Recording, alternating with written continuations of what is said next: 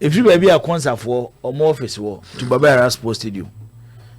O drive will take you 3 minutes. One until 10 minutes. Say be a concert for me contractors almost sit down in this animal. They be a turf pitch. They said they be any pitching in Kwa. And I'm a Baba had pitching. Baba had a pitching Kwa. Baba, almost the problem is the pitch. Sir, The pitching no more.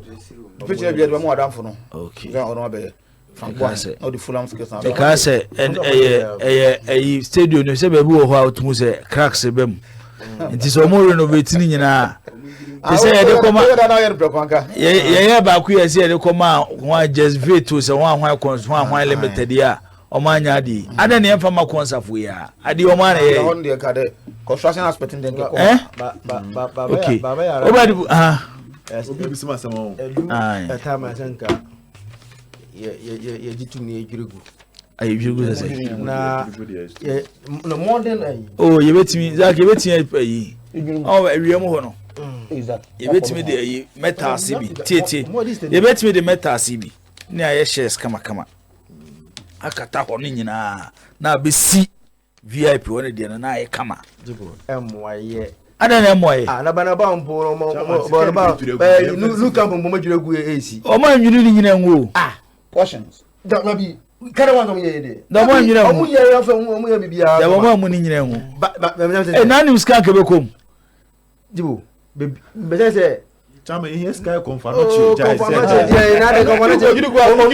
Prince Young say please any update on the Kings project and the match with DC United. So far the on now this match is still a ho say some announcement behind by there's some reapply so what on your money probably 6 teams or the 11 players on the 30 America for so hard journey over there you to get it down for purpose I'm gonna move on US there Chitani bet me akọ no enya so no bia na wo kwa na wa convince wo mo de be ma wo player bet me akọ jina ko on convince wo mo fama no they don't care but I don't say players no brofo na enye brofo me nim say do musi ye o mo nyoma ne de but enye brofo no because o hwe okay America for asem na no o no mo ye o ma jini so mbe ye bibia obed bibia no beti say match na me bizanti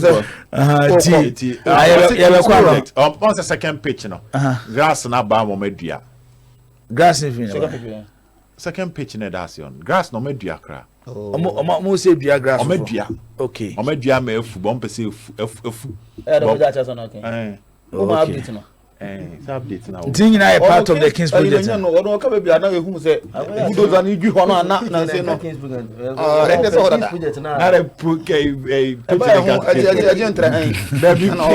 na say ni na aka o ni nyina part of the project the current project in the no be that bulldozer na say what the guy that was yeah Legon Stadium there's so many Legon cities and Koko Yusu Stadium and Accra Lions and Dreams the Dreams Kotema ni Kotema park we na teams 3 pitch we the Dreams Kotema no na some say Accra Lions Legon cities and has of 3 hey to God be the glory has someone to be human in your stadium e be o mo nko a na park we o mo nko a na say Accra en fa bi because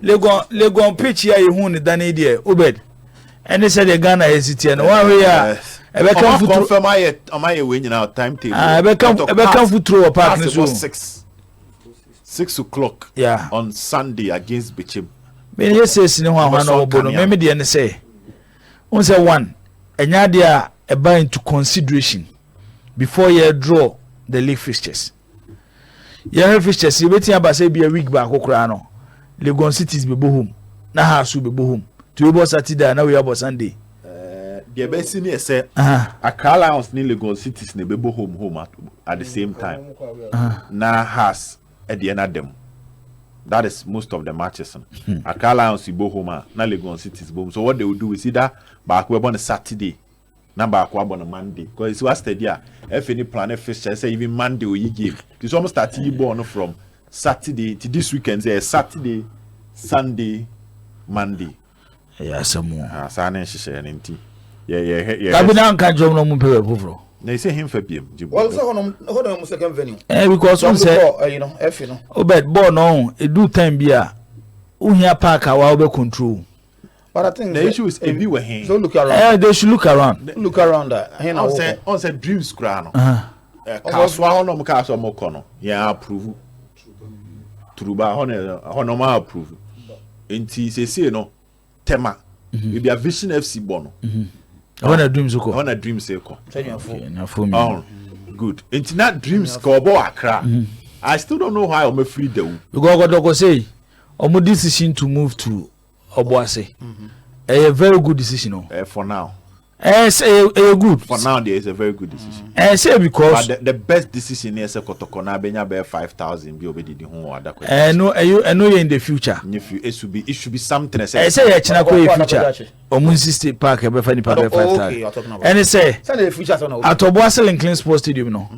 Omo abenya control over the stadium. No say especially say we team na be so oji liga. Ye wonyoma bi ese wunya.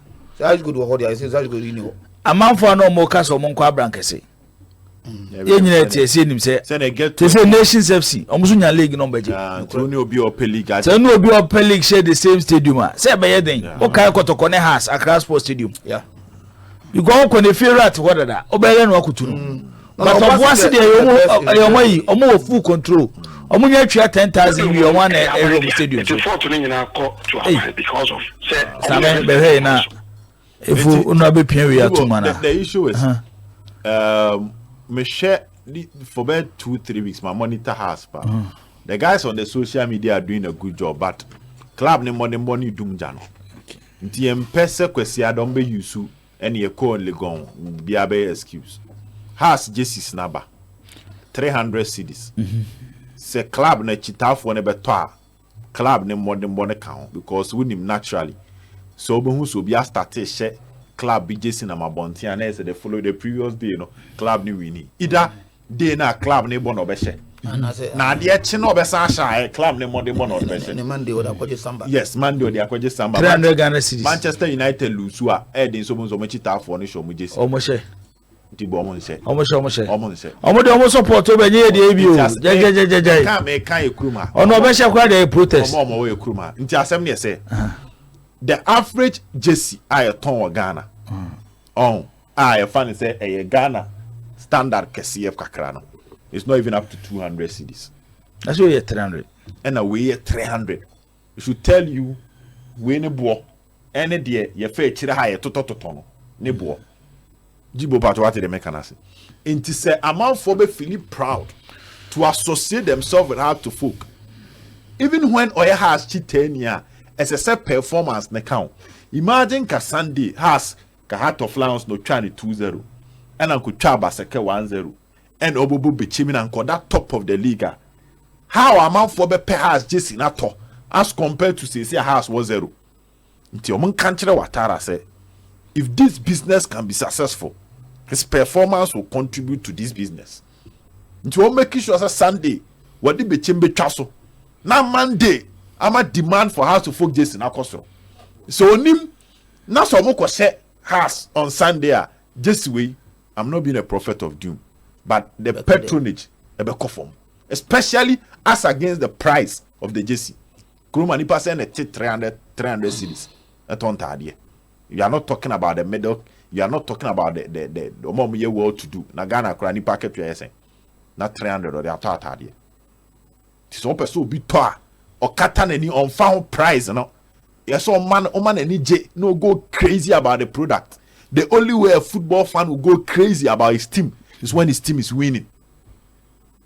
Sunday, omunche watara and trans no mun working way in no. Any players no. And interestingly, if you listen to the House of Folk top men now, I think what they are different from their supporters now. They still believe that they are building a team. And I'm going to say a statement be. And if I talk to anyway, I think and then I'm going to say maybe I never be why maybe some of us in the media in him and other supporters in him. And the person was prepared to take me through Sunday. Unfortunately, nobody I'm doing say me hang up na me fletcher na me nyano kakra ball no the ball can it. You see the point? No, when he started no. Now my approach be a police and at that time now driver I'm a driver the same time guy say now connect him more kind him na say me car no di bi nti no na me connect na mfa uza wo the latest na man to wadi afi abai yeah the no 34 dey one can I dey number some chim so what would him say what's all happy you know I think that me upon reflecting on that, I decided say, well, let's give them the benefit of the doubt because they feel say, hey, be a frequent sacking of coaches in M1.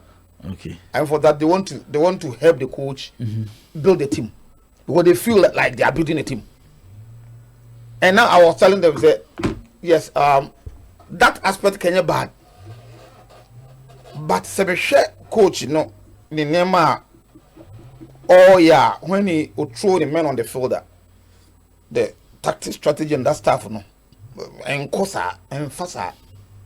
And I even told him, say before he said Hamza Isa, maybe Obon too wide, and it's not helping them. And the person was telling me, he said Hamza Isa from the era, someone picking up, he was playing at that wide position. Coaching the selection. You see the point? You know, they seem to agree with him. Okay. As it America said, let's give them the benefit of that.